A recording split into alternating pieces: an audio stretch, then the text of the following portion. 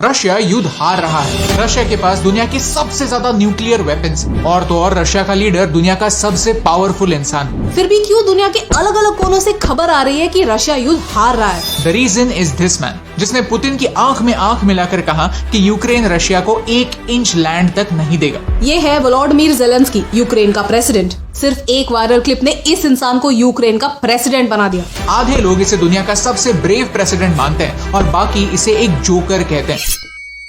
इसकी कहानी की शुरुआत कॉमेडी से होती है। बस 4 साल पहले ज़ेलेंस्की यूक्रेन के टॉप कॉमेडियन थे। उनका एक स्किट काफी फेमस था, जहां वो अपने कपड़े उतारकर अपने प्राइवेट पार्ट से पियानो बजाते थे। सर्वेंट ऑफ द पीपल नाम का एक शो था जिसमें वो एक टीचर का रोल प्ले करते थे। शो का प्लॉट ये था कि ये टीचर एक दिन उठता है and realises that he is the president of Ukraine. उसे 60% वोट्स मिले हैं। तब किसे पता था कि ज़ेलेंस्की का ये रोल लोग इतना सीरियसली लेंगे कि उसे एक्चुअल में प्रेसिडेंट बना देंगे।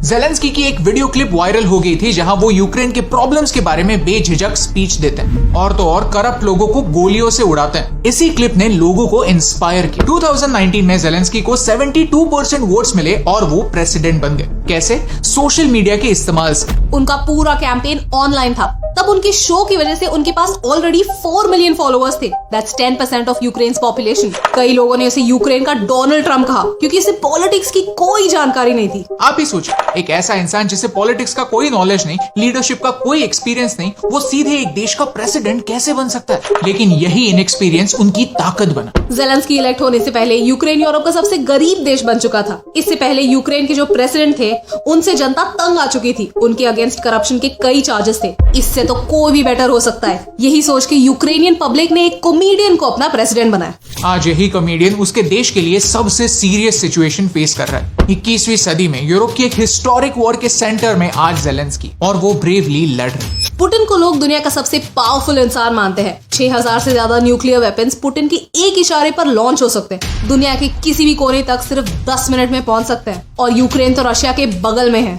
ये बात जानते हुए भी ज़ेलेंस्की डटे हुए हैं। अपने सिटीजन्स को कह रहे हैं कि अपने देश को बचाने के लिए वेपन्स उठाओ।